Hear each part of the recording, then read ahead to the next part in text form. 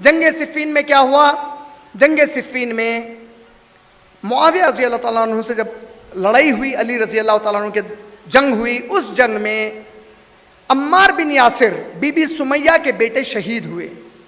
اللہ کے نبی صلی اللہ علیہ وسلم نے ایک پیشن گوئی دی، اے عمار، میرے بعد دو مسلمان گروہوں میں لڑائی ہوگی، جو گروہ حق سے تھوڑا دور ہوگا وہ تیرا قتل کر دے گا۔ نبی صلی اللہ علیہ وسلم نے دو گروہوں کے بارے میں کیا کہا؟ غور سے سنو، میری امت کے دو گروہ لڑیں گے، جو گروہ لڑے گا دونوں میں سے کسی کو نہیں کہا کہ کوئی ایک کافر ہے اس میں، بولے دو لڑیں گے، جو حق سے تھوڑا دور ہوگا وہ تیرا قتل کرے گا۔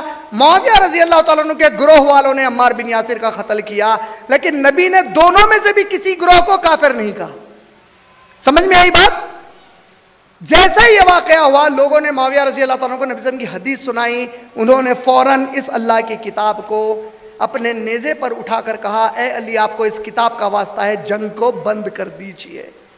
یہ لوگ اس کا مذاق اڑا کر کرتے ہیں، کہتے ہیں معاویہ ڈر گئے علی رضی اللہ تعالیٰ سے۔ ٹھیک ہے بھائی، ڈر گئے، جنگ تو بند ہو گئی ہمارے حساب سے، ہمارے لیے ہم کوئی فرق نہیں کرتے معاویہ اور علی رضی اللہ تعالیٰ عنہ میں، اور ہم بے شک علی رضی اللہ تعالیٰ عنہ کو معاویہ رضی اللہ تعالیٰ سے افضل مانتے ہیں، بہتر مانتے ہیں، چونکہ وہ خلیفہ بھی ہیں اور وہ ہمارے نبی صلی اللہ علیہ وسلم کے گھرانے سے ہیں، لیکن ہم معاویہ رضی اللہ تعالیٰ کو برا بھی نہیں کہتے۔ سمجھ میں آگے بات؟ یہ ہمارا عقیدہ ہے، کلیئر؟